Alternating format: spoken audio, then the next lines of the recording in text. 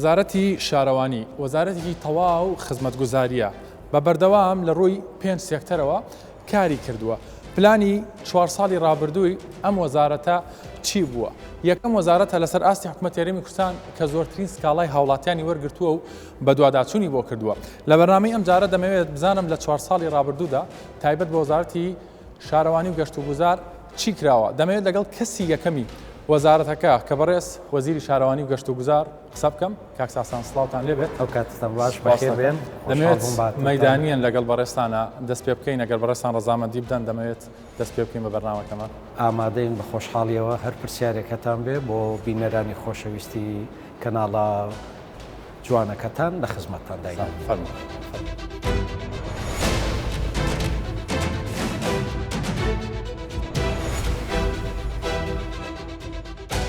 لە کارنامەی کابینەی نوێمدا لە بوارەکانی شارەوانی و خزمەتگوزاری زۆرترین خزمەتگوزاری پێشکەش بە هاوڵاتیان کراوە.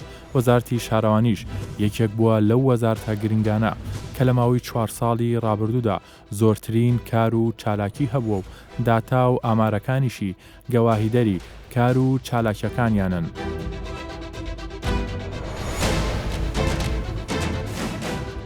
جەنابی وەزیر پێش 3 ساڵ پێش ئێستا لەگەڵ بەڕێستانە چاوپێکەوتنیەکەم کرد. باسیەوەت کرد کە ئێمە کۆمەڵە قەیران لە بەردەممانە، کۆمەڵێک بودجەمان نییە، بەڵام ئێمە ناوەستین، ئێمە بەردەوامە بین. ئێستا دەبینین لەسەر شەقامی 150 مەترین سەرڕای بەش تەوابوونی بەشێکی لە شەقامەکە و دەبینین سەوزایی دەکرێت.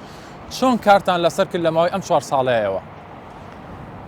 دیارە کارەکانی کابینەی نوێمی حکوومەتی هەرێمی کوردستان کە لەلایەن ڕێزدار جەنابی سەرۆکی حکوومەتەوە کارنامەکەی لە پەرلەمان خرایە ڕوو، ئەوە کارنامەی هەموو وەزارەتەکان و هەموو سێکتەرەکانی حکوومەتی هەرێمی کوردستان بوو. وەکو وەزارەتی شارەوانی و گەشت و گوزار بە پشتبەستن بەو کارنامەیە و بە هێڵە سەرەکیەکانی ئەو کابینەیە ئەو کارنامەیە ئەوەی تایبەت بوو بە وەزارەتی شارەوانی و گەشت و گوزار کارمان لەسەر کردووە. لەو 5 سێکتەرەی کە وەزارەتی شارەوانی و گەشت و گوزار کاری لەسەر دەکات، یەکێکیان ئەوەیە کاروباری شارەوانیە کە دروستکردنی ڕێگەوبانەکانی ناو سنووری شارەوانی، شاڕێگاکان و ڕێگا خێراکان هەمووی لەو چوارچێوەیەدایە. بەڵێ ئەو کات باسمان لە کار دەکرا لە شەقامی 150 مەتری و باسمان لەوە کرد کە بەردەوام دەبین تێدا و ئەو تەسمیم و ئەو ئیرادە هەیە. سوپاس لە بۆ خوا کە ئێستا دەبینین 140 کارەکانی تەواو بووە، 2 بەشی زۆر گرنگی هەر لە ڕێگای دهۆکەوە هەتا دەگاتە ڕێگای بەحرکە، ڕێگای مەسیف شەقڵاوە و بەستراوەتەوە بە ڕێگای کۆیە تەواو بووە. جگە لە شەقامی 120 مەتری 150 مەتری شەقامی 100 مەتریشمان هەیە لە سنووری پارێزگای سلەیمانیە، شەقامی بارزانیشمان هەیە لە سنووری پارێزگای دۆک. ئەمانەش کاری لەسەرەکرێ بەردەوامن. ئەوانە هەمووی کاری لەسەر کراوە و هەروەکو ئاماژە شەقامی 150 مەتری لە ڕێگەی دهۆکەوە تا بەحرکە 6 کیلۆمەتر بە گوژمەی 135 میلیارد دینار کارەکانی تەواو بووە. بەشی دووەمی شەقامی 150 مەتری هەولێر کۆیە، هەولێر بەحرکە بە درێژایی 17 کیلۆمەتر و نیو بە گوژمەی 400 میلیارد دینار کارەکانی تەواو بووە. شەقامی 100 مەتری ئیتیتێ بە درێژایی 6 کیلۆمەتر بەنزیکەی 32 میلیارد دینار لە دهۆک تەواو بووە. قۆناغی یەکەمی شەقامی 100 مەتری لە سلێمانی بە درێژایی 32 کیلۆمەتر بە گوژمەی 400 میلیارد دینار بە ڕێژەی ئێستا لە 155 کارەکانی تەواو بووە. بێجگە لە ئەو پرۆژانەی قرتاوکردنی ناو شەقامی شارەکان کە لەسەر داهاتی شارەوانی و لەسەر بودجەی وە بەرهێنان کراون کە دواتر داتاکانتان دەخینە بەردەست. دەمێ بێمە سەر بابەتێک بابەتی سەوزایە. دەبینین ئێستاما لە شەقامی 150 مەتری ئەم پرۆژەیە بە سەوزایی دەکرێت سیمایەکی جوانتر دەدات بە شەقامەکانی شار. ئەمە بۆ کەتی گەشتیاری، ئەمە بۆ کەسانی کە ڕوودەگەنە ناوچەکانی هەرێمی کوردستان سەرنجڕاکێر دەبێت. چۆن کارتان لەسەر بابەتی سەوزایی کردووە بە نمونەش لەم پرۆژەیە چیتان بۆ تەرخان کردووە؟ جەنابی سەرۆکی حکوومەتی هەرێمی کوردستان زۆر جەخت لەسەرەوە دەکاتەوە کە ڕووبەری سەوزایی لە هەموو شار و شارۆچکەکان پەرەی پێ بدرێ و بەردەوام ئەو ڕێکارانەی کە هەم ڕێگری دەکا لە کەمکردنەوەی سەوزایی و هەم کار لە بۆ زیادکردنی ڕووبەری سەوزایی دەکات کاری لەسەر دەکرێت.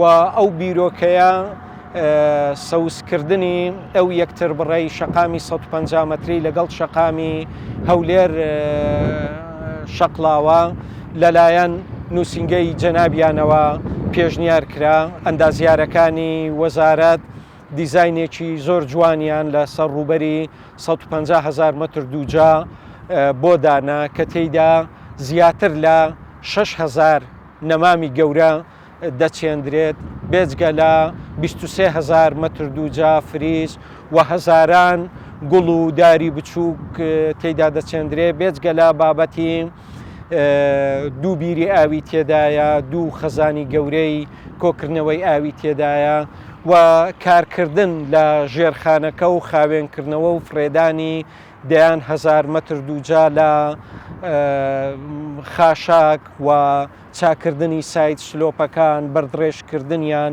و دانانی شەبەکەی ئاو ئەوانە کە پێمان وایە لەگەڵ تەواوبوونی تقریباً دەکاتە 1/5 یا 1/6 ڕووبەری سەوزایی پارکی شەهید سامی عەبدوڕەحمان. پرۆژە بەردەوامەکانی وەزارەتی شارەوانی و گەشت و گوزار 527 پرۆژە بووە بە گوژمەی 3 تریلیۆن و 453 ملیار و 562 میلیۆن دینار بووە. ئەمانەش دابەش دەبن بۆ 4 سێکتەر لەوانە ئاو ئاوەڕۆ 309 پرۆژە بە گوژمەی 1 تریلیۆن و 598 ملیار و 330 میلیۆن دینار بووە. شارەوانیەکان 167 پرۆژە بووە بە گوژمەی 1 تریلیۆن و 805 ملیار و 718 میلیۆن دینار بووە.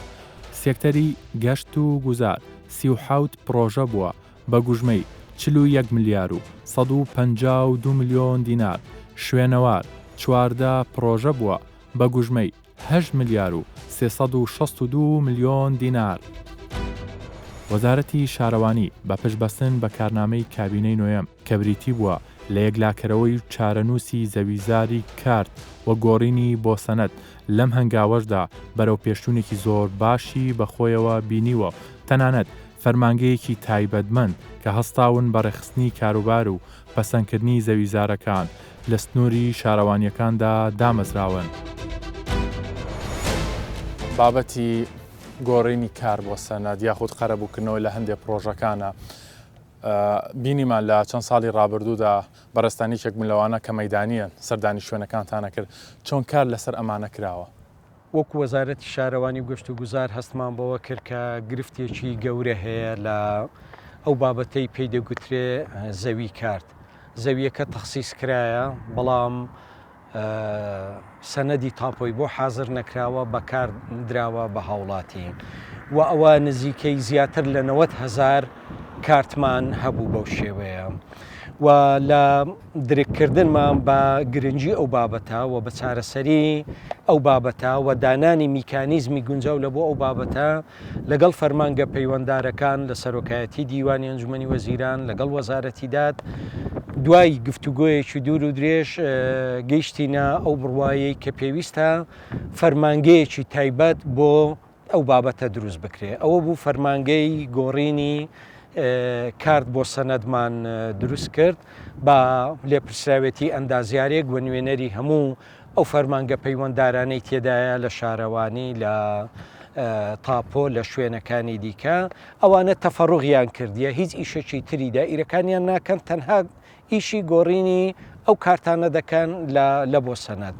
لە ماوەی چەند ساڵی ڕابردوو لە نزیکەی 100,000 کارت تاکو ئێستا 55,300 کارت کراوەتە سەنەد و ئێستا حالی حاضر ئیش لەسەر 39,700 کارتی 39,700 کارتی دی دەکرێت کە بەردەوام ئیشی تێدا دەکرێت و بە پرۆسەی هونەری و یاسایی خۆی تێپەڕ دەبێت. ومێدمان ئەوەیە کە لە ئایندەیەکی نزیک ئەوەش تەواو ببێ. بەڵام داوایەکیشمان لە هاوڵاتیان هەیە ئەویش ئەوەیە کە بەشێکی زۆر لەو هاوڵاتیانەی کە داواکاریان ئەوە بوو کارتەکانیان بکرێتە سەنەدی تاپۆ ئێستا سەنەدەکان چەند مانجێکە حازرە بەڵام ئەو هاوڵاتیان ناچی سەنەدەکە وەربگرێتەوە و بە ناوی خۆی بکە. بێگومان ئەو بابەتە چەندی بمێتەوە گرفتی یاسایی تێدا دەبی جاری وایە خاوەنی کارتەکە یا خاوەنە ئەسڵیەکەی ئەمری خوای دەکا یاخود مشکلەی وەڕەسە و ئەوانەی دێتە ناوێ بۆیە داوە لە هەوڵاتیان دەکەین چەندی زووە سەردانی فەرمانگە پەیوەنددارەکان بکەن بۆ ئەوەی کارتەکان بە ناوی خۆیان بکەن. سەبارەت بە پرۆژێکی وەکو گوندی کۆری ئەوە قەرەبوو کرانەوە بەشێکیانیان لە ئەوانە هەمووی تەواو بۆ کارەکانیان هەر هەمووی تەواو بووە قەرەبووی گوندی کۆری هیچ نەما چەند ڕۆژێک پێشێستا ئێعلانمان کرد هەموو سەنەدەکانی حازرە و ئەو بەڕێزانەی کە قەرەبوویان لەوێ هەبوو دەتوانم بچەند قەرەبووەکانی خۆیان وەرگرنەوە. وەزارەتی شارەوانی بۆ پێیکە وەزارێکی زۆر بەرفراوانە تەواوی خزمەتگوزارە سەرەتایەکان هەر لە لای ئێوەیە دوای ئەوەی کە ئەو فەرمانگایەتان دامەزراندووە گۆڕینی بەشێک ئەو ڕێژە زۆرەیە کارتە بۆ سەنەت هاوڵاتیان ئەمە داوایەکی سەرەتایی خۆیانە ئەڵە لە دوایەوە خزمەتگوزاری دەبرێت بۆ ئەو شوێنانە چۆن کار لەسەر ئەمەش کراوە. بەدڵنیاییەوە حکوومەت یاریێمی کوردستان هەر شوێنێک کە پێویستی پێبوو بێ هەر گەڕەکێکی تازە پێویستی پێبوو بێ خزمەتگوزاریەکانی بۆ بردوون هەر خۆتان شایەدی ئەوەن هەشتی حەسارۆک کە لەو کابینەیە کرایە قەزیەک دیارە حەقی هاوڵاتیانی خۆمانەکە ماوەی دەیان ساڵە ئەو زەویانیان هەیە بەڵام خزمەتگوزاری بۆ نەچوو بوو بەڵام لە عینەن وەخت لە 15 خانوو زیاتری تێدانی ئەو سێکتەرە گەورە کەچی داوای خزمەتگوزاری زۆر و زەوەند کرا بۆ ئەو شوێنەوە سەرڕای ئەوەش حکوومەت گرنگترین شەقامی دووسایدی بە درێژایی 4 کیلۆمەتر ئەوەی کە کەس نەزان بە 5 حەسارۆک دەبەستێتەوە بەناو 8 حەسارۆک زیاتر لە 7 ملیار دینار بوو جێبەجێ کرد بە دروستکردنی ئاوەڕۆی لولەیی ئاوەڕۆی سندوقی شەقامێکی دووسایت و هەروەها شەقامەکانی تریش 6 مەتریەکان و 40 مەتریەکان فتحکراون ئێستا لەسەر داوای نوێنەرانی 8 حەسارۆک داوا دەکەن کە فتحی بلۆکەکان بکرێ بۆ ئەوەی شوێنی زەویەکانی خۆیان بزانن ئەویش ئەو پرۆژەیە ئامادەیە بە 5 ملیار دینار ئێستا بای 900 ملیۆن دینار لەسەر داهاتی سەرۆکایەتی شارەوانی هەولێر بە جێبەجێکردنی لەلایەن فەرمانگەی ئاوەدانکردنەوەی هەولێر لەو ڕۆژانە دەست پێ دەکەین بە فتحکردنی بلۆکەکانی 8 حەسارۆک. بابەتێکی تر هەیە بابەتی ئاوەڕۆیە مەسەلەن دابینکردنی ئاوە بۆ گەڕەکە نوێیەکان چۆن لەسەر ئەم سێکتەرەش کارتان کردو و وەزارەتی شارەوانی و گەشت و گوزار.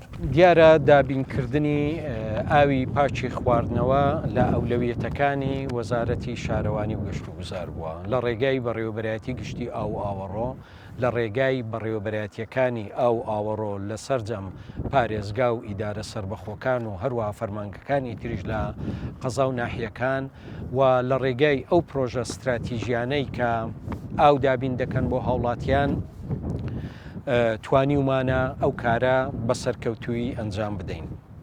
دیارە گۆڕانکاریەکانی کەش و هەوا کە هەموو ناوچەکەی گرتوۆتەوە و بابەتی وشکە ساڵی کە چەند ساڵێکە ڕوبەڕوومان دەبێتەوە بەڵام حکوومەت پلانی هەبووە کابینەی نوێمی حکوومەت یاریێمی کوردستان پلانی هەبووە بۆ جێبەجێکردن و بۆ چارەسەرکردنی ئەو بابەتانە دیارەوە ئامانجێکە دەبی کاری لۆ بکەین ئاوی ژێرزەوی وەکو سامانێکی سروشتی بەردەوام بپارێزرێ و ئەو کار بۆ بەکارهینانی ئاوی سەرزەوی بکرێ. ئێستا ئێوە پشت بە وەکو خوێندنەوەی ئاو ماڵان پێوەەر هەیە لە هەرێمی کوردستان ئەم پێوەرە چ دەورێکیەوە چ ڕۆڵێکی هەبووە؟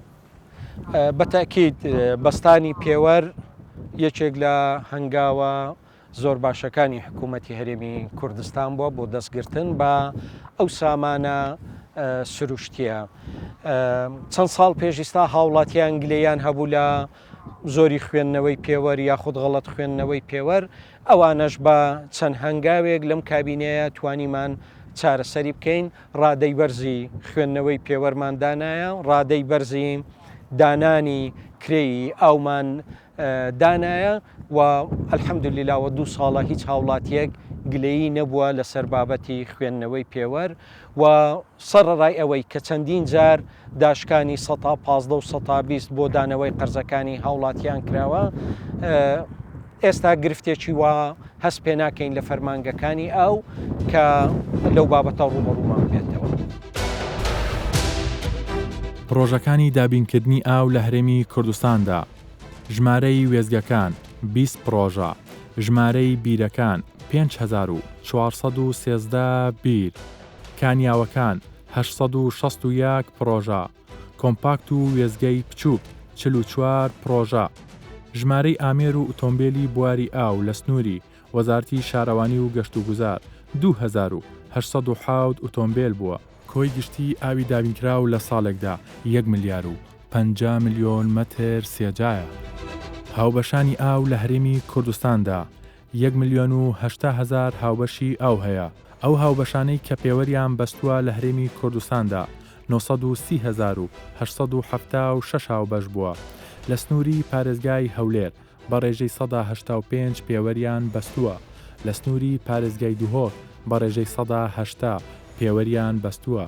لە سنووری پارێزگای سلەیمانی بە ڕێژەی 176 پێوەریان بەستووە. لە سنووری پارێزگای هەڵەبجەش بە ڕێژەی 182 پێوەریان بەستووە.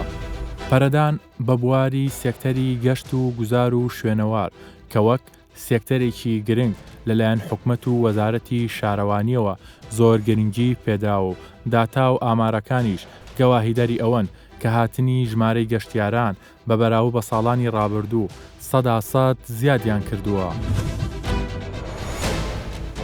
ساڵ لە دوای ساڵ ژمارەی گەشتیاران زۆر زیادی کردووە لە هەرێمی کوردستانە. پلان بۆ کردی گەشتیاری چی بۆ لە ماوەی ئەم 4 ساڵەیە وەکو وەزارەتی شارەوانی و گەشت و گوزار؟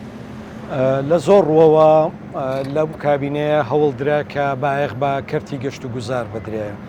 لە بواری جودا جودا کاری لەسەرکرا، لە بواری یاسا و ڕێنمایی، لە بواری پەرەپێدانی ژێرخان و دروستکردنی کەرتی گەشتیاری. کارێکی گرنگ کە لەو کابینەیە توانرا جێبەجێ بکرێت دەرکردنی یاسای گەشت و گوزار بوو کە تاکوستا ئەو سێکتەرە گرنگە یاسایەک نەبوو کارەکانی تەنزیمکە، بەڵام خۆشبەختانە توانرا کە یاسای گەشت و گوزار لە ساڵی 2022 دەربچێ کە ئەوەش پاڵپشتێکی یاسایی زۆر گرنگ بوو بۆ کەرتی گەشت و گوزار. لە پاڵ ئەو یاسایە چەندین ڕێنمایی تایبەت لەلایەن وەزارەتی شارەوانی و گەشت و گوزارەوە بۆ پاڵپشتیکردنی کەرتە جودا جوداکانی ناو سێکتەری گەشت و گوزار توانرا جێبەجێ بکرێ و وەکو سەرچاوەیەکی داهاتیش حکوومەتی هەرێمی کوردستان کاری لەسەر ئەوە کرد کە کوردستان بکاتە پێگەیەکی گەشتیاری و ڕووگەیەکی گەشتیاری.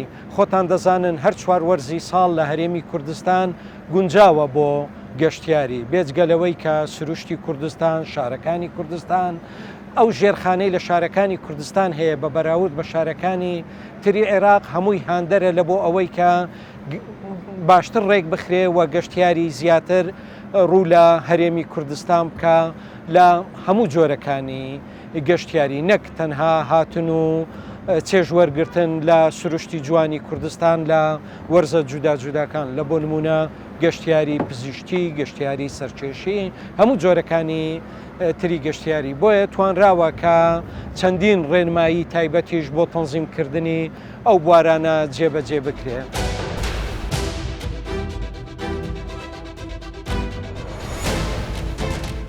لە بابەتی گەشت و گوزارە بابەتێک زۆر گرنگە، یانی ناساندنی شوێنەوارەکان، اینجا کللتوری ئەوانی کارێمی کوردستان دەوڵەمەندە لە ڕووی ئەم بابەتەوە و بابەتێکی تریش هەیە بردننی خزمەتگوزارە سەرەتایەکانە بۆ شوێنە گەشتیارەکانە و مارکێتینی. لەم ڕوانگەیەوە ئێوە چیتان کردووە؟ هەرێمی کوردستان یەکێکە لە ئەو وڵاتانەی کە زۆر دەوڵەمەندە بە شوێنەواریەکانی. زیاتر لە 5,000 پێگەی شوێنەواری لە هەرێمی کوردستان هەن کە بەشەکی زۆریان شوێنی ناوازە و تاکن لەسەر ئاستی دنیاوە نمونەیان نییە.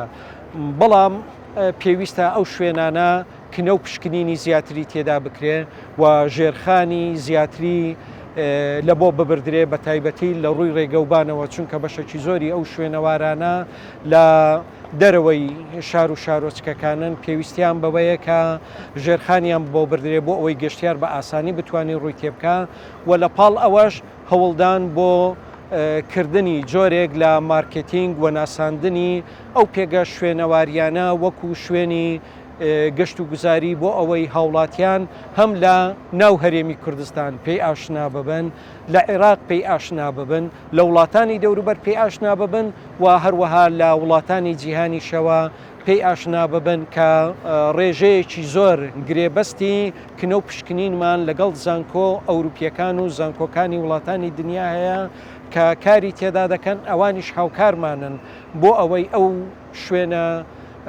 شوێنەواریانە ئەو پێگانە بە ناوەندە ئەکادیمی و ناوەندەکانی تری جیهان بناسێنرێن. چارەسەرکردنی زبڵ و خاشاک و پاکردنەوەی شار و شارۆچکەکان یەکێکی دیکە بووە لە کارەکانی وەزارەتی شارەوانی کە ڕۆژانە هەزاران تۆن زبڵ و خاشاک لە ڕێگای تیمەکانی شارەوانیەوە لە سەرتاسەری هەرێمی کوردستان چارەسەریان بۆ کراوە.